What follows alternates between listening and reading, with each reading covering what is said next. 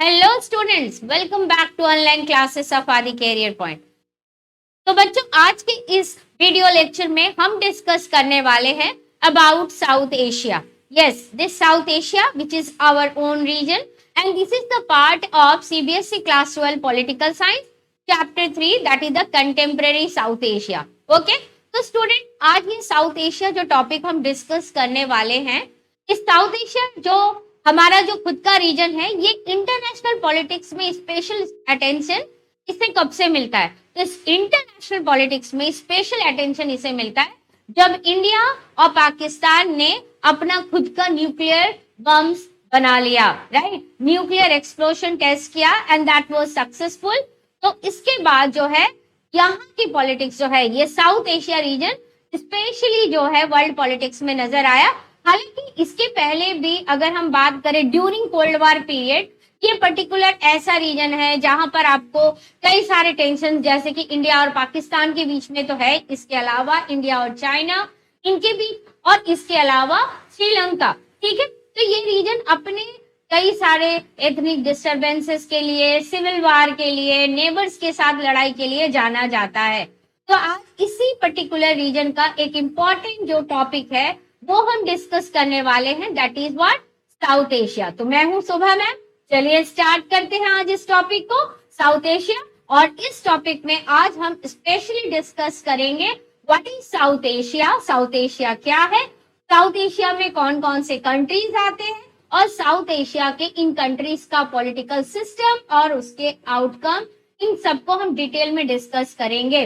और ये उम्मीद है कि इस पर्टिकुलर वीडियो लेक्चर को अटेंड करने के बाद कि आप जो भी मैंने यहाँ डिस्कस किया है वो आपके सीबीएसई 2026 में आने वाले एग्जाम्स की इंपॉर्टेंट पार्ट है, और आई होप कि आप उन सारे क्वेश्चंस को कर पाएंगे।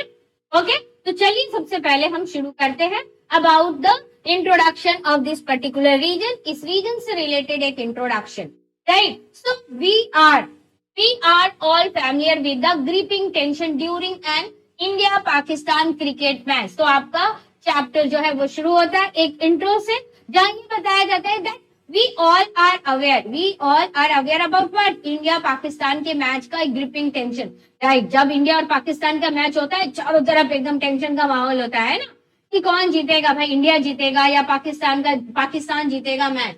और सब तरफ एक पूरा भारत जो हमारा देश है वो पूरी तरह से टीवी के सामने जाकर के मैच देखने के लिए बैठ जाता है।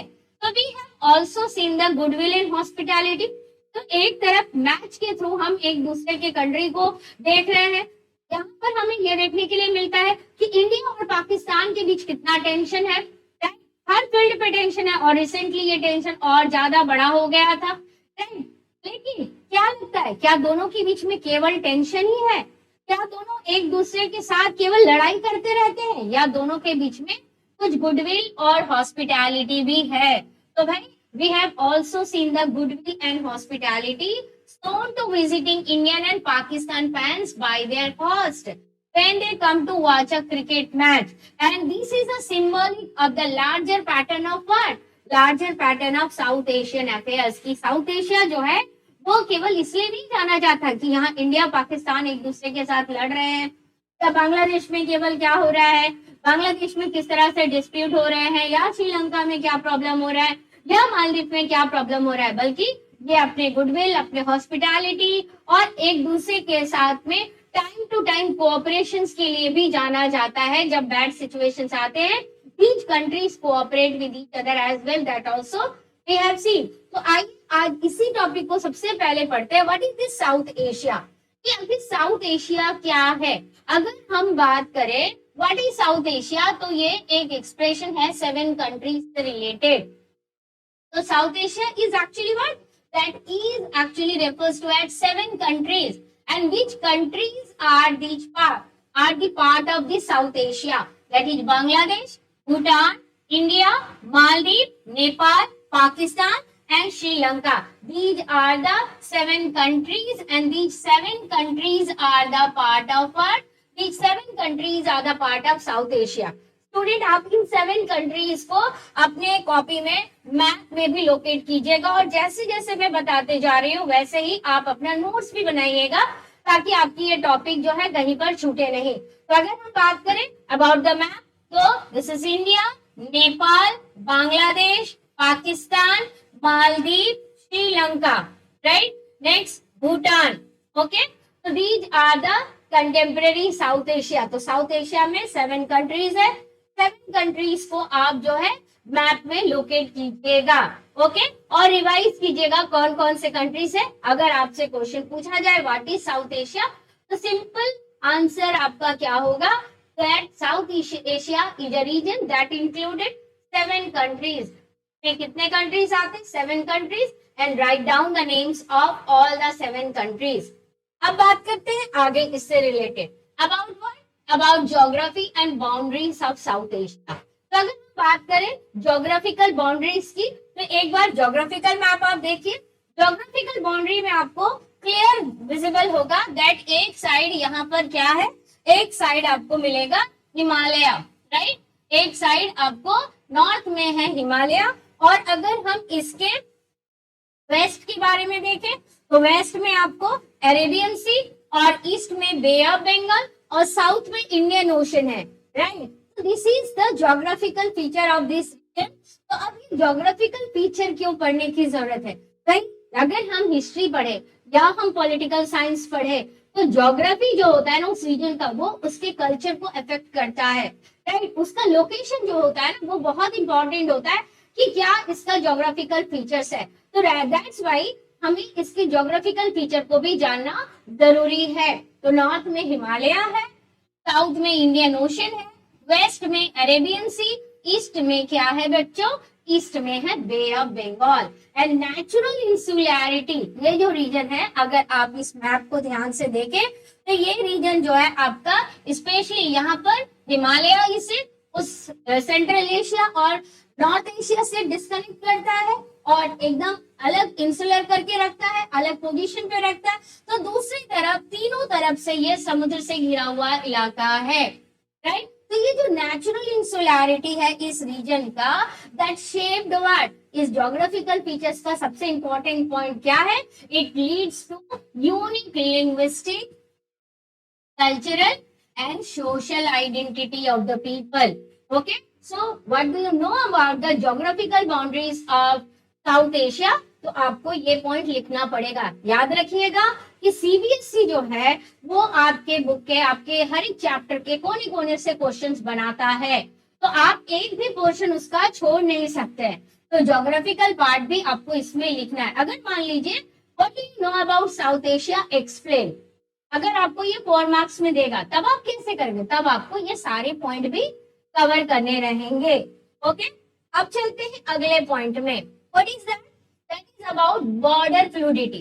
अब बॉर्डर फ्लूइडिटी क्या है आप बोलोगे, एंड क्या कि बॉर्डर फ्लूइडिटी क्या है, तो बेटा बॉर्डर फ्लूइडिटी में यहाँ पर एक कंफ्यूजन आता है बार बार। कई बार ऐसा क्या होता है कि कुछ ऐसे प्लेसेस जो एक्चुअली साउथ एशिया के पार्ट नहीं है लेकिन उसको उसमें शामिल कर लिया जाता है। तो ऐसी 2 बाउंड्रीज है, बाउंड्री को लेकर के प्रॉब्लम है।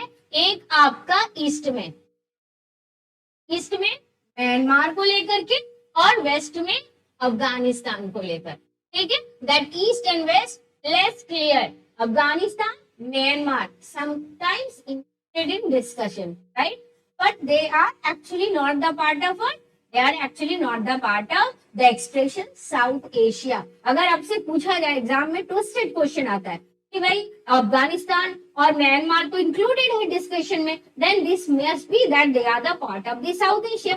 Then the answer is no, these are not the part of South Asia, though it is included in the discussion। हम डिस्कस तो कर सकते हैं because they are the neighbors। Okay, another important country that is China। China is the part of East Asia, right? तो China is an important player in this region, यहाँ का सबसे dominant country है China. तो China इस particular region का part नहीं होते हुए भी यहाँ के डिस्कशन में, यहाँ के पॉलिटिक्स में, यहाँ के इकोनॉमिक्स में बहुत वाइटल रोल प्ले करता है, इंपॉर्टेंट प्लेयर के रूप में काम करता है। तो यहाँ से ऑलरेडी सीबीएसई ने एक बार क्वेश्चन पूछा हुआ है that which country is an important player of South Asia but not the part of it. What is the answer? The answer is China. Okay. अब चलते हैं अगले topic. Now what is this topic? This topic is about political system in South Asia, कि भाई south Asia का political system कैसा है। तो हमने देखा साउथ एशिया में कितने कंट्रीज हैं? साउथ एशिया में 7 कंट्रीज है। अब इन 7 कंट्रीज के पॉलिटिकल सिस्टम पर भी सीबीएसई क्वेश्चन है, बोर्ड्स में पूछे। ओके, तो अब सबसे पहले वन बाय वन हम हर एक कंट्री के पॉलिटिकल सिस्टम को स्टडी करेंगे। Now the various countries in South Asia do not have the same kind of political system. Very important. कितने countries हैं? There are 7 countries in South Asia, but all the countries do not have the same kind of political system. So firstly, we will start our discussion with India and Sri Lanka. So what about India and Sri Lanka? So despite many problems and limitations, तो बहुत सारे problems India ने भी देखे, श्रीलंका ने civil वार देखा, right? Sri Lanka and India, but still successfully operated a democratic system. यानी जब से इंडिया और श्रीलंका बनाई, यानी कि India 1947, Sri Lanka 1948, right? India 1947, Sri Lanka 1948। तब से लेकर आज तक इन दोनों कंट्रीज में which political system is there? The only single political system, that is the democratic political system. Okay? तो यानी ये दो कंट्री हो गए, India and Sri Lanka, having what? They are having the democratic political system.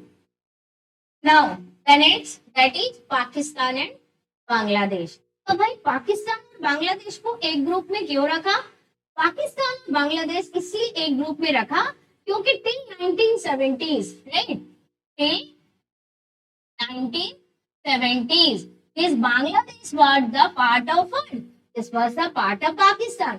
तो यानी दोनों जगह पे सेम सिस्टम था। जो पाकिस्तान में था 1947 से लेके 1970s तक, बांग्लादेश ने सेम एक्सपीरियंस किया। और उसके बाद बांग्लादेश जब 1970s में एक सेपरेट नेशन बन गया, right? When 1970s Bangladesh become a separate nation. तो जब भाई बांग्लादेश एक सेपरेट नेशन बन गया तो फिर इसके बाद बांग्लादेश में क्या हुआ? तो आइए इस पॉइंट को देखें, that Pakistan and Bangladesh have experience. तो इन लोगों ने किस तरह का पॉलिटिकल सिस्टम तो है मेंटेन किया है शुरू से लेकर? They experience both means what here? Both का मतलब यहाँ पर आता है दे एक्सपीरियंस सिविलियन। अगर सिविलियन रूल बोला है, this means that was democratic rule, यानी कि जनता का rule, right? Democratic rule and as well as they experience the military rulers, right? Military rulers भी उन्होंने देखा है, यानी कि मिलिट्री टेक ओवर भी हुआ है। यानी कि पहले 1947 से 1970 तक when Bangladesh was the part of Pakistan, there was military rule, but after making Bangladesh, जब बांग्लादेश बन गया तो उसके बाद वहां पर कुछ टाइम के लिए डेमोक्रेटिक गवर्नमेंट आया, फिर वहां पर भी मिलिट्री टेक ओवर होता है। और पाकिस्तान में तो यह सिलसिला कंटिन्यू चलता ही गया है, बट एट प्रेजेंट पाकिस्तान में डेमोक्रेसी है। अपने टॉपिक में वापस आते हैं, that Bangladesh and Pakistan have experience what type of political system? They have civilian rule as well as they experience the military rulers, with Bangladesh remaining a democratic country in the post Cold War period. तो अब यहाँ पर एक important point बोला है that with Bangladesh remaining the country in democratic country in the post Cold War period. So what is that post Cold War period? तो post Cold War period होगा 1990s, जिस समय आपका कोल्ड वार खत्म होता है।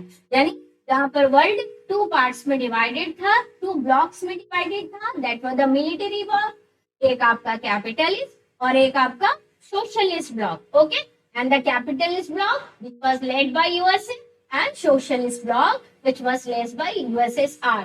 तो भाई 1990s में जाकर यूएसएसआर खत्म होता है और यूएसएसआर के एंड के साथ में ही ये कोल्ड वार भी खत्म होता है।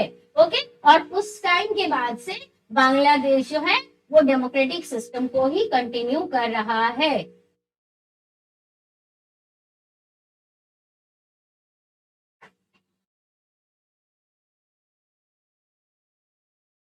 तो बांग्लादेश तो देख लिया हमने कि Bangladesh post cold war period यानी 1990 से बांग्लादेश में डेमोक्रेटिक सिस्टम है।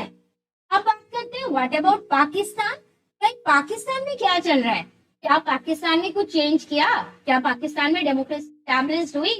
तो Pakistan begin the post cold war period with the successive democratic government. Very important, यहाँ भी सिमिलर चेंजेस हो रहे हैं। इस पर भी क्वेश्चन बन सकता है कि कौन कौन से सिमिलर चेंजेस दोनों जगह पे आपको देखने के लिए मिल रहा है। तो Pakistan began with post Cold War period with successive democratic government under whose leadership। तो बच्चों यहाँ से दो ऐसे लीडर्स के नाम आते हैं जो कोल्ड वार पीरियड के बाद में जिसके अंडर में पाकिस्तान में क्या बनता है? Democratic government. Number 1 Benazir Bhutto and number 2 Nawaz Sharif. कितने नाम आ गए? पहला हो गया आपका बेनजीर भुट्टो और दूसरा हो गया आपका नवाज शरीफ। इन दोनों के नेतृत्व में पाकिस्तान में भी कोल्ड वार के बाद में दो सक्सेसिव डेमोक्रेटिक गवर्नमेंट एस्टैब्लिश होती है। लेकिन फिर अब 1990s में तो कोल्ड वार खत्म हुआ, लेकिन फिर यहाँ पर एक ब्रेक थ्रू होता है आपका 1999 में। अब 1999 में क्या हुआ फिर पाकिस्तान में? पाकिस्तान में 1999 में फिर से एक मिलिट्री ग्रुप आ गया भाई, has become run by a civilian government against it। But तो 1999 में यहाँ पर मिलिट्री गवर्नमेंट आ गया, लेकिन उसके बाद में फिर से यहाँ पर जो है सिविलियन रूल सेटअप होता है 2008 में। ऑलमोस्ट पूरे 10 साल के बाद में, है ना? 10 साल के बाद में, तब से लेकर आज तक पाकिस्तान में फिर क्या है? डेमोक्रेटिक सिस्टम है।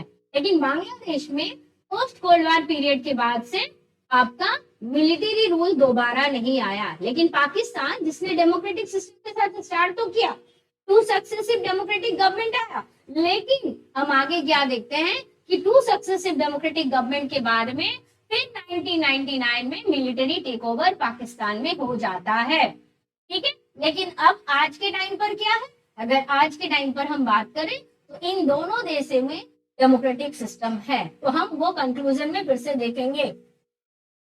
अब बात करते हैं नेपाल के बारे में। ठीक है, now the next topic is about what? Nepal के पॉलिटिकल सिस्टम को लेकर। भाई नेपाल का पॉलिटिकल सिस्टम जो है वो आपका अलग कैसे है? दैट नेपाल में जो है पहले यहाँ पर मोनार्की थी। नेपाल में पहले क्या थी? नेपाल में पहले मोनार्की थी। तो till 2006 Nepal was a constitutional monarchy. अब आप पूछोगे ma'am what do you mean by constitutional monarchy? तो बच्चों कॉन्स्टिट्यूशनल मोनार्की का मतलब ये है the king has to act, लिख के रखिएगा, the king has to act according to what? According to the constitution. कि भाई कॉन्स्टिट्यूशन जो बना है राजा को उस कॉन्स्टिट्यूशन के अकॉर्डिंग काम करना पड़ेगा। राजा अपनी मर्जी से काम नहीं करेगा। This means that the king is actually not the absolute ruler. अगर टोटल मोनार्की अगर होगा, अगर पूरा का पूरा मोनार्की होगा, then the king is the absolute ruler, यानी राजा जो बोलेगा वो करना पड़ेगा। लेकिन अगर कॉन्स्टिट्यूशन मोनार्की है तो किंग को किसके अकॉर्डिंग काम करना पड़ेगा? राजा को कॉन्स्टिट्यूशन के अकॉर्डिंग काम करना पड़ेगा। राजा अपनी मर्जी से सारे काम नहीं कर सकता है, उसके पावर्स लिमिटेड हो जाते हैं। ठीक है, तो आई होप कि कॉन्स्टिट्यूशन मोनार्की क्लियर हो गया। तो अब बताओ कि कब तक वहां पर नेपाल में कॉन्स्टिट्यूशनल मोनार्की था? टिल 2006 तक नेपाल में कॉन्स्टिट्यूशनल मोनार्की था, right, with the danger of the king taking over executive powers. लेकिन इसमें खतरा था कि राजा कहीं पूरा एग्जीक्यूटिव पावर फिर से अपने हाथों में ना ले। तो अब इन 2008 अब आकर नेक्स्ट आपका आता है टाइम पीरियड 2008। अब 2008 में क्या होता है? नेपाल में मोनार्की एबोलिश्ड होती है। नेपाल में मोनार्की क्या हो रही है? एबोलिश्ड, यानी मोनार्की को नेपाल में खत्म कर दिया गया। कब खत्म किया गया? 2008 में। And Nepal emerged as what? Again, this is the new country that emerged as a democratic republic। यानी कि पहले हमने क्या देखा? अगर रिवाइंड करें, इंडिया और श्रीलंका शुरू से ही जब से इंडिपेंडेंस गेन किया डेमोक्रेटिक सिस्टम। लेकिन पाकिस्तान और बांग्लादेश में क्या देखा? सिविलियन और मिलिट्री रूल। लेकिन आज दोनों कंट्री में डेमोक्रेटिक सिस्टम है। ओके, और अब नेपाल में पहले मोनार्की थी और टिल 2006 तक कॉन्स्टिट्यूशनल मोनार्की थी, लेकिन 2008 में इस कॉन्स्टिट्यूशनल मोनार्की को क्या किया गया, अबॉलिश किया गया। And from the experience of Bangla, अब क्या है कि from this experience of Bangladesh and Nepal we can say that democracy is becoming an accepted norm in the entire region of South Asia. तो अब तक हमने कितने कंट्रीज देखे, हमने इंडिया और श्रीलंका का एग्जाम्पल देखा, हमने पाकिस्तान और बांग्लादेश का एग्जाम्पल देखा, हमने नेपाल का एग्जाम्पल देखा। अगर हम इसमें बांग्लादेश और नेपाल के साथ अगर कंपैरिजन करें, इस पॉइंट से आए, तो इस रीजन में पर्टिकुलरली हमें क्या देखने के लिए मिलता है, that entire region of South Asia accepted democracy as the most important dominant form of government. तभी तो इनके पास पहले मिलिट्री रूल, बांग्लादेश में पहले मिलिट्री रूल, लेकिन बाद में ये डेमोक्रेसी में शिफ्ट होता है। वही नेपाल जहां पर राजा का शासन था और वो भी कॉन्स्टिट्यूशन मोनार्की वहां पर सेटअप किया गया था, राइट, लेकिन उसमें भी उन्होंने चेंज किया और नेपाल में डेमोक्रेसी स्टैब्लिश किया। अब चलते हैं अगले कंट्री में। Now about two smallest countries of the region, अब आते हैं about two smallest countries of the region. तो बच्चों, which are the two smallest country of the region? तो two smallest country of the region में आपका है पहला भूटान और दूसरा क्या है, मालदीव्स है। These are the two smallest countries of this region. Bhutan में अब देखिए, Bhutan became constitutional monarchy in 2008। तो भाई ये भूटान जो एकदम छोटा सा देश है, ये भूटान जो है किसमें बदलता है, कॉन्स्टिट्यूशनल मोनार्की में बदलता है। कब? 2008 में, यानी कि 2008 तक जो है भूटान में क्या था, वहां पर मोनार्की था, लेकिन वहां के राजा ने अपनी लीडरशिप में, क्योंकि भूटान में वो एक अलग सिस्टम लाना चाहते थे, डेमोक्रेसी लाना चाहते थे, वो अपने देश की जनता को वहां से बाहर निकलने से रोकना चाहते थे, तो उन्होंने यहाँ पर कॉन्स्टिट्यूशनल मोनार्की स्टैब्लिश किया। कब? 2008 में। और किसके लीडरशिप में ये सब कुछ हो रहा है? This is the very unique feature of this particular country, जो आप इन सातों कंट्रीज को डिस्कस करने से भी आपको नहीं मिलेगा, क्योंकि यहाँ पर मोनार्की था और यहाँ राजा खुद कॉन्स्टिट्यूशन मोनार्की लाता है और अपनी लीडरशिप में और मल्टी पार्टी डेमोक्रेसी में भी इसको बदलता है। And it emerge as a multi party democracy, very important point here, right. And Bhutan is the first country that actually announce gross national happiness, जो आपने आई थिंक ज्योग्राफी में पढ़ा भी होगा, ठीक है। तो भूटान अपने यूनिकनेस के लिए जाना जाता है। अब चलते हैं अगला smallest country, that is what, that is Maldives, जो आपका कहाँ पर है, इंडियन ओशन में। अब मालदीव्स के बारे में जानेंगे कि आखिर मालदीव्स में क्या पॉलिटिकल सिस्टम है। तो Maldives the other island nation, तो there are two island nation, याद रखिएगा। अगर आपसे एग्जाम में ऐसे भी पूछे how many island nations are there in South Asia? So number 1 Sri Lanka and number 2 the Maldives, right? तो ये दो island nation है। Now we are discussing about what? We are actually discussing about the Maldives. तो Maldives was what? Maldives was सल्तनत। तो यहाँ पर कब तक सल्तनत रूल था? Till 1968 तक यहाँ पर भी सल्तनत रूल था, यानी एक तरह से, है ना। तो सल्तनत पीरियड था when it was transformed into a republic. Now what do you mean by republic? Republic का मतलब क्या है? Republic means, अगर आपको ये नहीं पता है तो लिख देती हूँ कि आखिर रिपब्लिक का मतलब क्या है। मालदीव रिपब्लिक में बदला, यहाँ पर डेमोक्रेसी नहीं लिखा, यहाँ पर वर्ड लिखा Republic. What do you mean by republic? It is also a democratic form. In this republic, the head of the state, head of the state जो होता है, elected by the people, elected by the people, याद रखिएगा। Republic system में head of the state elected by the people and with what type of government, जो आपका presidential form of government which is there in USA. तो USA में भी presidential form of government है, and presidential form of government में head of the state और head of the government both elected by what, both elected by the people. तो मालदीव ने कौन सा सिस्टम अपनाया?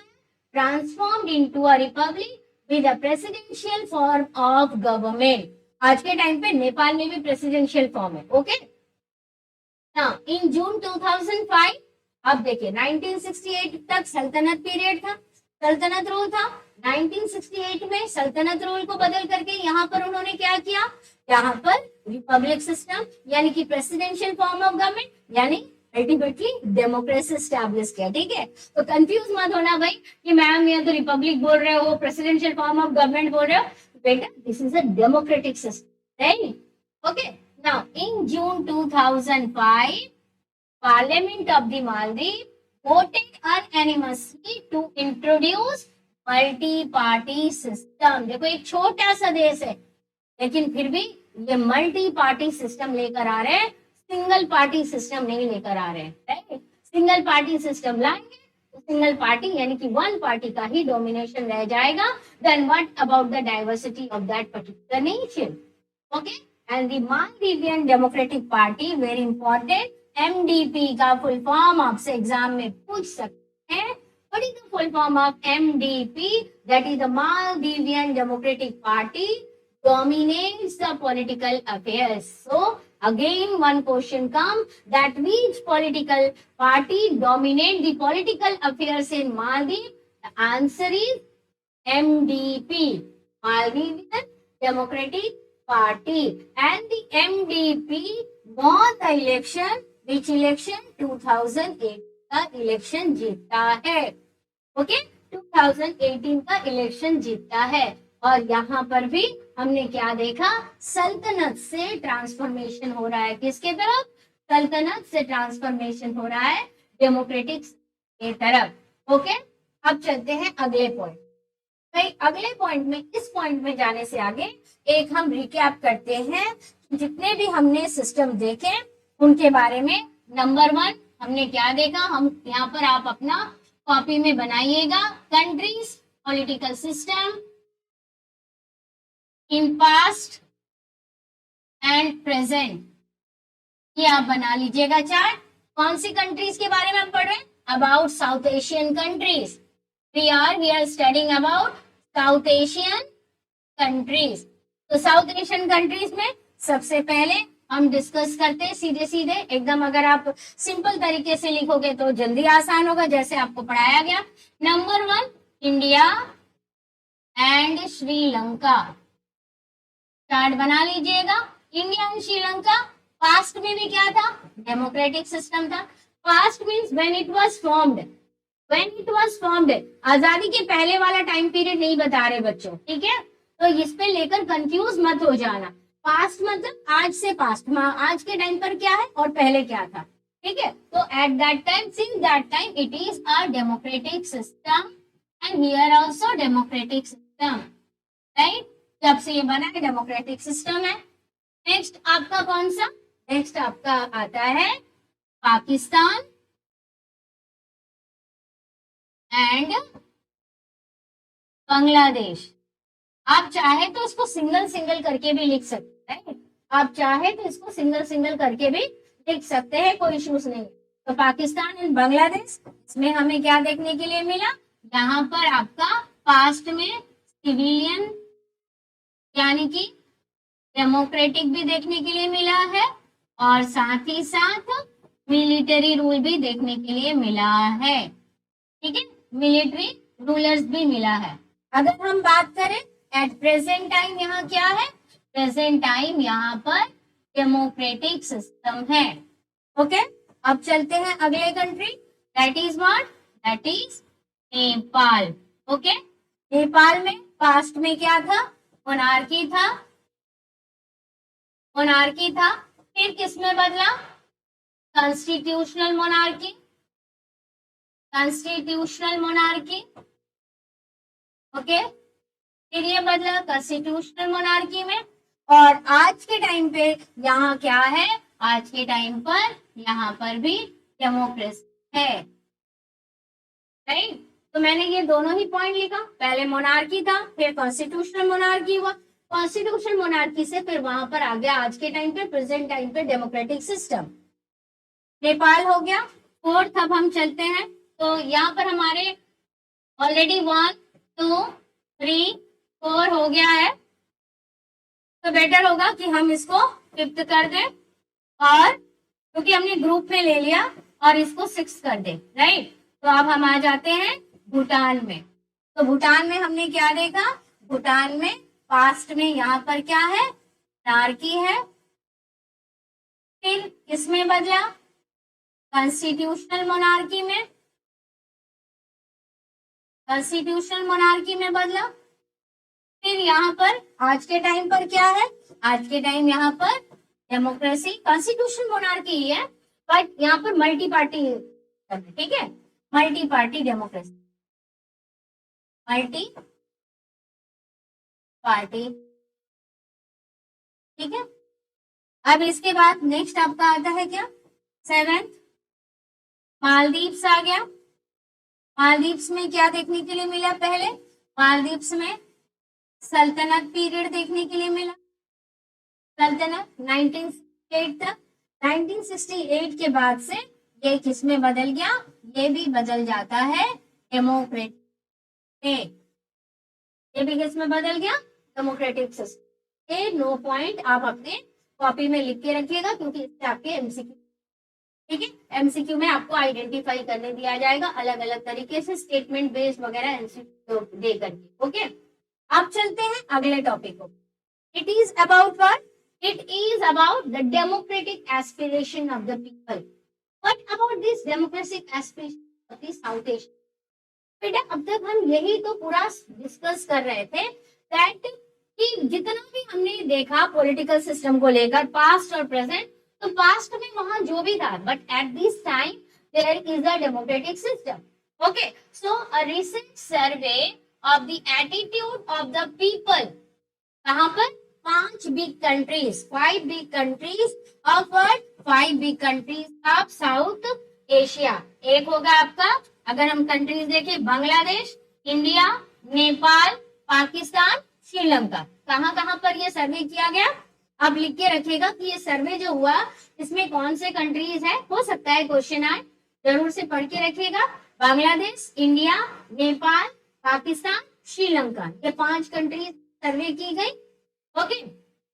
So that there is a widespread support of what, यहाँ देखने से पता चलता है सर्वे से कि डेमोक्रेसी जो है वो इन्हें, ये किस सिस्टम को सपोर्ट करते हैं, डेमोक्रेटिक सिस्टम को। एंड ऑर्डिनरी सिटीजन्स के बारे में क्या है, ऑर्डिनरी सिटीजन हो, चाहे रिच हो, चाहे पुअर हो, and belonging to different religion.